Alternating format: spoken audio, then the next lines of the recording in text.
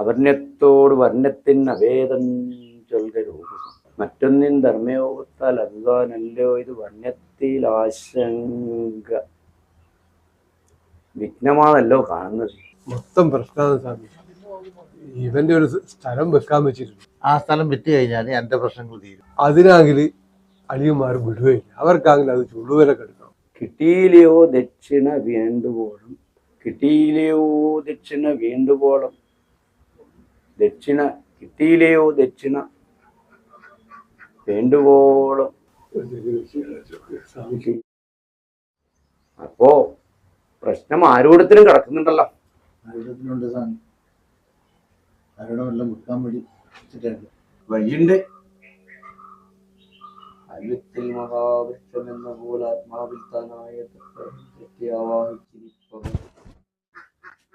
ഇതെങ്ങനെ പഠിക്കുക?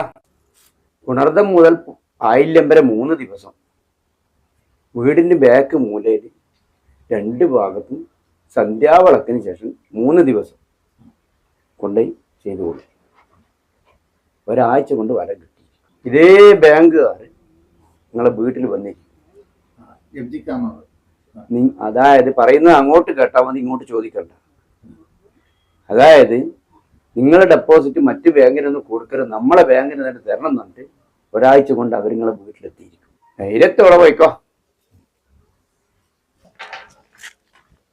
സ്വാമി ഒരു നല്ല കഴിവുള്ള സ്വാമി തന്നെയാണ്. വീടുന്നില്ല ആള് വീടുണ്ട്. വല്ലാതെ കഴിവുള്ള സ്വാമിയാണ്. വല്ലാതെ കഴിവുള്ള സ്വാമി. ഓ ബാങ്കുകാരാണല്ലോ. എല്ലാം നിങ്ങൾ ഈടിയും ഒരു സ്വസ്ഥത തരൂല്ലേ? നിങ്ങൾ പ്രശ്നം 2 ആഴ്ചക്കുള്ളിൽ ഞാൻ പ്രശ്നം തീർത്ത് തരുവേ. അല്ല, ഇപ്പം നമ്മൾ വന്നത് നിങ്ങളെ സൗകര്യം കളയാനല്ല. നമുക്കിത് സ്വാമീനെ ഒന്ന് കാണണം. ആ സ്വാമീനെ കാണാൻ വേണ്ടി വന്നതാണ്. ഓ സ്വാമീനെ കണ്ട് അനുഗ്രഹം മേടിക്കാൻ വന്ന നിങ്ങളും? സ്വാമീനെ അനുഗ്രഹം മേടിക്കാനാ. സ്വാമി വീടെടുക്കുമ്പോൾ ഒരു 10 ലക്ഷം റുപ്യ ലോൺ എടുത്തിരുന്നു. ആ ലോൺ ഇപ്പോൾ അടക്കാണ്ട് 10-30 ലക്ഷം റുപ്യയായി. വീട് ജപ്തിക്ക് വെച്ചിരിക്കുക. അപ്പൊ അതിന് നോട്ടീസ് ഒട്ടിക്കാൻ വന്നേ.